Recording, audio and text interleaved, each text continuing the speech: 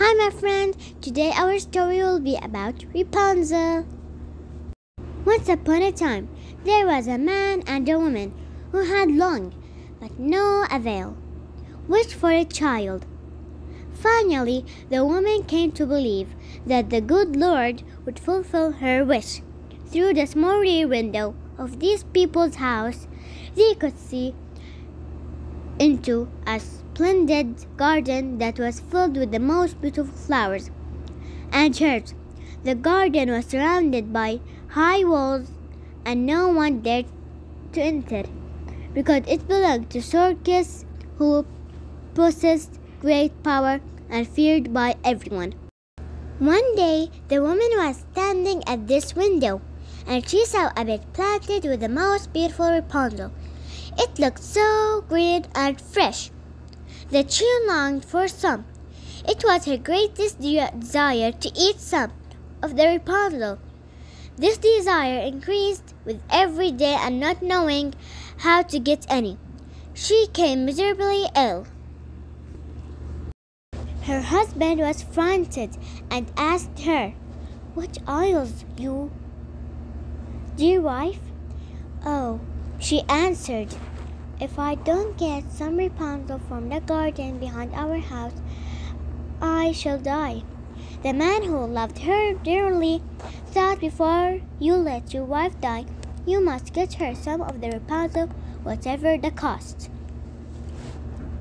So, just as it was getting dark, he climbed over the high wall and its source's garden, hastily dug up a handful of Rapunzel, and took it to his wife.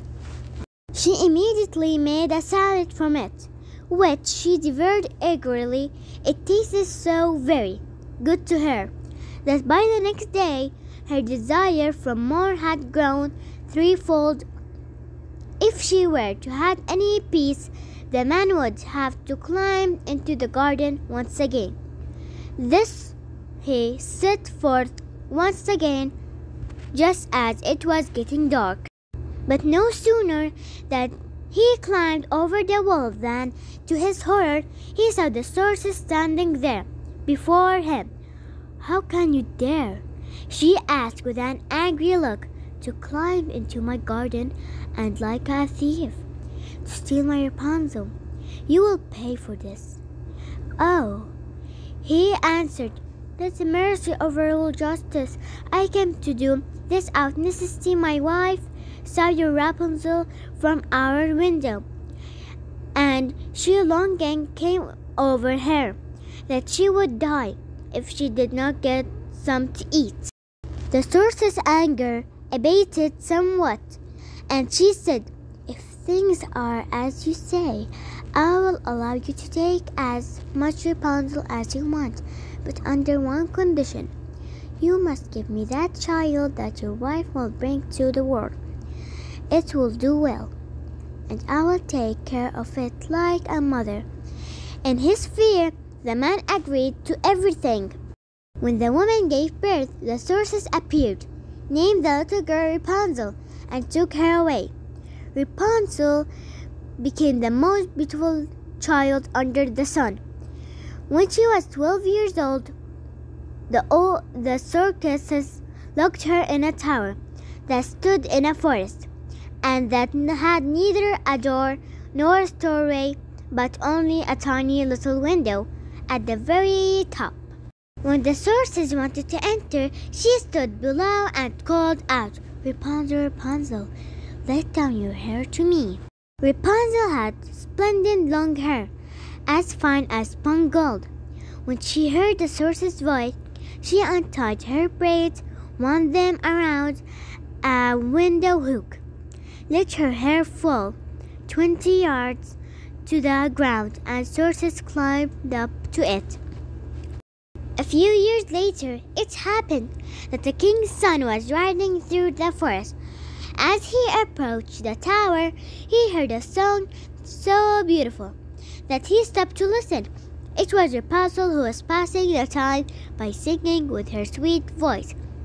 The prince wanted to climb up to her and looked for a door in her tower, but none was to be found. He rode home, but the song had so touched his heart that he returned to the forest every day and listened to it. One time, as he was thus standing behind a tree, he saw the sorceress approach and heard her say, "Rapunzel, Rapunzel, let down your hair." Then Rapunzel let down her strands of hair, and the sorceress climbed up to her. "If that is the ladder into the tower, then sometime I will try my luck." And the next day, just as it was beginning to get dark, he went to the tower and called out, "Rapunzel, Rapunzel, let down your hair." The hair fell down and the prince climbed up.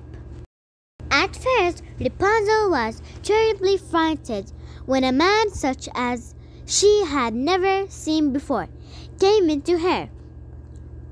However, the prince began talking to her in every friendly manner, telling her that his heart had been so touched by her singing that he could have no peace until he had seen her in a person. Then Rapunzel lost her fear, and when he asked her if she would take him as a husband, she thought he would rather have me than a old Frau Gothel. She said yes, and placed her into his hand. She said, "I would go with you gladly, but I don't know how to get down. Every time that you come, bring a strand of silk, from which I will weave a ladder. Then it's finished. I will climb down, and you can take me away on your horse." They arranged that he would come to her every evening, for the old woman came by day.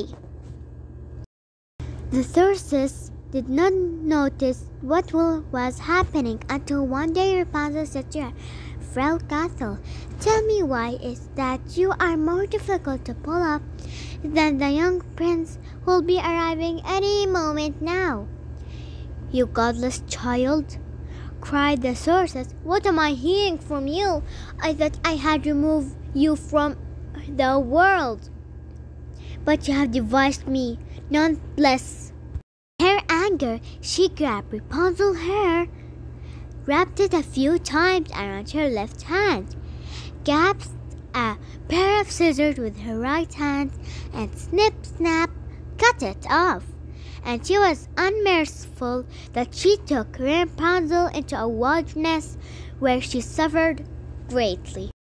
On the evening of the same day that she sent Rapunzel away, the sorceress tied the cut of hair to the hook at the top of the tower, and when the prince called out, "Rapunzel, Rapunzel, let down your hair," she let down the hair. The prince climbed up, but above, instead of his beloved Rapunzel, he found the sorceress, who peered at him with a poisonous and evil looks. "Aha!" she cried scornfully. "You have come for your mistress, darling. But that beautiful bird is no longer sitting in her nest, nor is she singing anymore. The cat got her and will scratch your eyes out as well. You have lost Rapunzel. You will never see her again." The prince was overcome with grief and his despair. He threw himself from the tower. He escaped with his life. The thorns into which he fell poked out his eyes that got him blind. He wandered about in the forest, eating nothing but grass and roots, and doing nothing but weeping and wailing over the loss of his beloved wife. Thus he wandered about miserably for some years, finally happening in the wilderness where Rapunzel lived miserably with the twins that she gave birth to. He heard a voice and thought it was familiar, and advanced toward it. And as he approached, Rapunzel recognized him and crying, threw her arms around his neck, Two of tears fell into the eyes, and they became clear once again, and he could see as well as before. He led her into his kingdom, where he was received with a joy, and for a long time they lived happily and satisfied. See you next story, my friends.